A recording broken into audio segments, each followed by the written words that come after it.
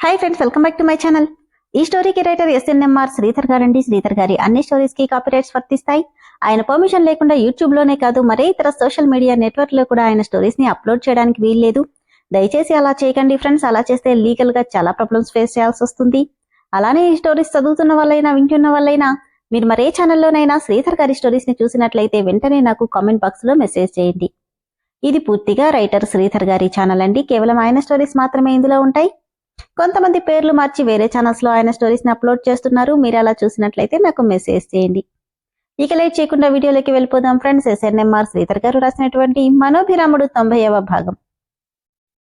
డ్రైవర్ని వద్దని చెప్పి తనే డ్రైవ్ చేస్తూ వెళ్లాడు అభిరామ్.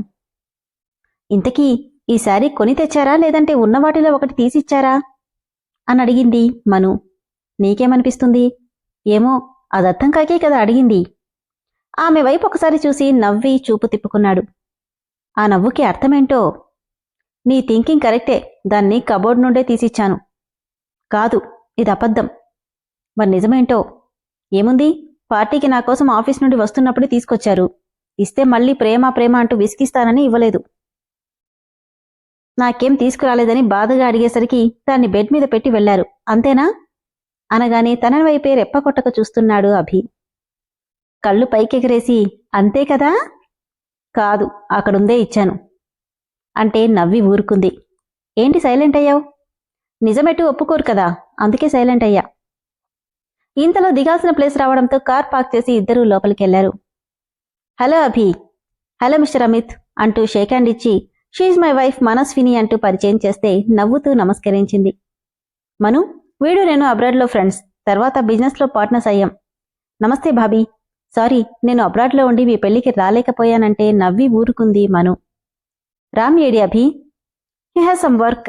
ఓకే, ప్లీజ్ కమ్ అంటూ లోపలికి తీసుకెళ్లాడు అమిత్. హాయ్ అభి అంటూ వచ్చి హక్ చేసుకుంది సుజీ. సడన్ గా హక్ చేసుకోవడంతో షాక్ అయి మను వైపు చూసేసరికి కళ్లల్లో కోపాన్నంతా నింపుకుని చూస్తుంది. బలవంతంగా ఆమెను దూరం చెప్పి హాయ్ సుజీ. ఏంటభి ఇది? ఏమైపోయావు? సడన్ గా ఫోన్ చేసి రమ్మన్నావు. తీరా వచ్చాక 6 months వరకు నన్ను కలవద్దని చెప్పావు. ఏమైంది నీకసలు అంటూ తన మెడ చుట్టూ చేతులేసి అడుగుతుంటే, ఈయన గారికి ఎక్కడికెళ్ళినా ఈ ఫాలోయింగ్ మాత్రం తప్పదనుకుంటా. పేరుకి సార్థకత చేసుకుంటున్నాడు అని పళ్ళు నూరుతుంది మను. మను వైపు చూసి నవ్వు ఆపుకుంటూ, చెప్పాను కదా baby, we met after 6 months అంటూ మను ఎలా రియాక్ట్ అవుతుందో చూస్తుంటే, no Abhi please, today night అంటూ మెడ చుట్టూ చేతులేసింది. ఒక్క దెబ్బకి సుజీని లాగి పక్కకి తోసేయడంతో 4 అడుగుల దూరంలో విసిరేసినట్టే వెళ్లిపోయింది సుజీ. హే, హూ ఆర్ యూ అని గట్టిగా అరిచింది సుజీ. అభి చెయ్యి పట్టుకుని ఐఎమ్ మిసెస్ అభిరామ్, ఆయనకి పెళ్ళైంది, కొంచెం డిస్టెన్స్ మెయింటైన్ చేయి. So what? వాటు లేదు, వంకాయ పులుసు లేదు. నీకసలు సిగ్గుందా? వద్దని పక్కకి తోస్తుంటే మళ్ళీ మీద పడుతున్నావు. ఏయ్, నువ్వు చాలా ఎక్కువ మాట్లాడుతున్నావు. చాలా తక్కువ మాట్లాడుతున్నా. నువ్వింకా మాట్లాడవంటే ఈసారి నోట్తో కాదు, చేత్తో మాట్లాడతాను. అభి, ఏం మాట్లాడవేంటి? చెప్పాను కదా సుజీ, 6 months కమిటెడ్ అని. అంతేనా అంటూ రాగం తీస్తుంటే, ఎచ్చి నోర్మి, 6 months కాదు, లైఫ్ లాంగ్ మనోభిరాముడిగానే ఫిక్స్ అయ్యాడు. ఇకనైనా ఇలాంటి తిరుగుళ్ళు మాని చక్కగా పెళ్లి చేసుకో, పో ఇక్కడి నుండి అనడంతో ముఖం తిప్పుకుంటూ వెళ్లిపోయింది సుజీ. హే, ఏంటలా మాట్లాడావు? తను ఫీల్ అయిందో ఏంటో అని సుజీ అంటూ పిలవబోతుంటే, ఆ చేతిని అలాని గట్టిగా వెనక్కి విరిచేసి, దానికంటే నువ్వే ఎక్కువ ఫీల్ అవుతున్నావే అంది. అప్పా, ఇలా విరిచావేంటే? ఏంటెక్కువ చేస్తున్నావు? నటించింది చాలు, ఇక పద. పర్వాలేదు, ఇండియన్ వైఫ్లా బానే రియాక్ట్ అయ్యావు, కానీ ఇలా చెయ్యి విరిచడం ఏం బాలేదు. ఇండియన్ వైఫ్స్ ఇలానే రియాక్ట్ అవుతారు. పదండి మిస్టర్ అభిరామ్ గారు. తనతో కూడా నడుస్తూ, నా మీద అసహ్యం రావట్లేదా? లేదు, ఇదేమైనా నాకు కొత్తగా తెలిసిందా? Hi Abhi, how are you అంటూ వచ్చింది Smita. Fine, how is your business? Yeah okay అని మనుని చూస్తూ, పర్వాలేదు, అభిని బాగానే కంట్రోల్లో పెట్టినట్టుంది అనుకుంటుంటే, ఈ అమ్మాయి ఒకరోజు ఇంటికొచ్చింది కదా అని ఆలోచిస్తుంది మను. మను, షీ స్మిత, ఒకప్పుడు నా బిజినెస్ పార్ట్నర్. ఇప్పుడు కాదా? కాదు, ఇప్పుడు డివైడ్ అయ్యాం. ఎందుకు? నవ్వి పద వెళ్దాం అంటూ తీసుకెళ్లిపోయాడు అభి. నీకు అమ్మాయికి ఫిజికల్ రిలేషన్ ఉంది కదా అభి? అని అడిగితే ఏమాత్రం ఎక్స్ప్రెషన్ లేకుండా అవును తనే కాదు ఇక్కడికొచ్చిన దాదాపు చాలా మందితో నాకు రిలేషన్ ఉంది. కానీ ఎందుకు? ఫిజికల్ నీడ్స్ అంతే. మరి వాళ్ళలో ఒకరిని పెళ్లి చేసుకోవచ్చుగా. చెప్పాను కదా మను, అది పెళ్లి చేసుకునే రిలేషన్ కాదు, జస్ట్ ఫిజికల్ నీడ్ కోసం అంతే అనడంతో ఇంకేం మాట్లాడకుండా సైలెంట్ అయిపోయింది. అందుకే నిన్ను రావద్దన్నాను. ఇక్కడంతా ఇలానే ఉంటుంది. వద్దంటే వచ్చావు, ఇప్పుడేమో బాధపడుతున్నావు. నేనేం బాధపడట్లేదు, కాకపోతే ఎక్కడో చిన్న అనీజినెస్ అంతే. ఆమె వైపు ఒకసారి తీక్షణంగా చూసి డిస్టర్బెన్స్గా తల పక్కకి తిప్పుకోగానే స్వీటీ కనిపించింది. అప్పుడే అభిని చూసిన స్వీటీ తన చేయి వైపు చూసుకుని అక్కడి నుండి వెళ్ళిపోతుంటే ఆమె వైపు కన్నింగా నవ్వుతూ స్వీటీ అని పిలిచాడు. రమ్మన్నట్టు కళ్ళతోనే చెప్పడంతో హాయ్ అభి అంటూ వచ్చింది. ఎలా ఉన్నావు? Not bad. Manu, she sweetie. తను తెలుసు కదా, నా వైఫ్ అంటూ భుజం చుట్టూ చెయ్యేసి స్వీటీకి చెప్తుంటే హాయ్ నవ్వి, మీ చేతికేమైందండి అని అడిగింది మను. అది అంటూ అభివైపు చూస్తుంటే పొరపాటున ఒక రోడ్ రోలర్ కింద చేయి పెట్టిందిలే. ఇప్పుడు ఓకేనా స్వీటీ అని ఏమీ తెలియనట్టే అడిగాడు అభిరామ్. ఇంకో 2 months టైం పడుతుందన్నారు అని చెప్పి అక్కడి నుండి వెళ్ళిపోయింది స్వీటీ.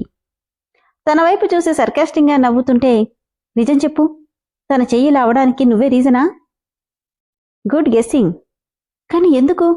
అది కూడా పాపం ఆడపిల్ల మీద అంతలా ఏం చేసింది అభి? ఆ రోజు పార్టీలో నీ ఫుడ్లో డ్రింక్ మిక్స్ చేసింది తనే. అవునా? కానీ ఎందుకు? నేను తనని దూరం పెట్టానని ఇలా చేసింది. దూరం పెట్టావా? ఎందుకు? ఓ గాడ్, ఇలా స్లిప్ అయ్యానేంటి అని అనుకుంటుంటే నిన్నే అడిగేది. ఆ పార్టీ జరిగే 3 months అయిపోయింది. అప్పటి నుండి నువ్వు నన్ను దూరం పెట్టావంటే ముందు నువ్వు పద, నిజం చెప్పు. ఇందాక సుజీ కూడా నా వైపు అదోలా చూసింది. అంటే మన పెళ్ళయ్యాక వీళ్ళందరికీ నువ్వు దూరంగా ఉంటున్నావా? అబ్బా, ఎక్కడి నుండి ఎక్కడికి వెళ్ళిపోయింది అనుకుంటూ అలా ఏం లేదులే పద. లేదు, నాకు నిజం చెప్పు అభి. కోపంగా చెప్తున్నాను కదా అలాంటిదేం లేదని. ఇంతలో పాయల్ రావడంతో మను వచ్చావా, నాతో రామ్మా అంటూ తీసుకెళ్తుంటే మరో సైడ్కి వెళ్ళాడు అభి. అభి, నా దగ్గర ఏమైనా దాస్తున్నావా అనుకుంటూనే పాయల్తో వెళ్ళింది మను. పాయల్ తెలిసిన వాళ్ళందరికీ అభి భార్యగా పరిచయం చేయడంతో అందరితో నవ్వుతూ మాట్లాడుతుంది. డిన్నర్ టైంకి మను పద డిన్నర్ చేద్దాం.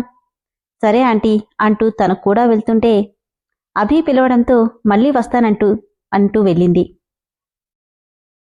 డిన్నర్కి వెళ్దామా? ఆంటీ కూడా అందుకే పిలిచారు అభి. వద్దు, నువ్వు నాతోనే ఉండు. ఎందుకు? ఎందుకంటే ఏదంటే అది తిని మళ్ళీ నన్నెక్కడ రోడ్డు మీద పరిగెత్తిస్తావోనని భయం. మూతి ముడుచుకొని ఆ మాటకి తన వెనక్కే వెళ్తే ఇద్దరూ ఒకచోట నిలబడి తింటూ ఏంటి, నా మీద కోపం తగ్గిందా? కోపమా? ఎందుకు? అదే, ఇక్కడున్న వాళ్ళలో చాలా మందితో నాకు అఫైర్ ఉందని చెప్పాను కదా, అందుకు. ఇప్పుడు లేదని క్లియర్గా అనిపిస్తుంది. అలాంటప్పుడు కోపం ఎందుకు? పైగా నా దగ్గర చాలా విషయాలు దాస్తున్నావని కూడా తెలుస్తుంది. అవునా? ఏంటో అవి? తెలుసుకున్నాక చెప్తా. Best of luck.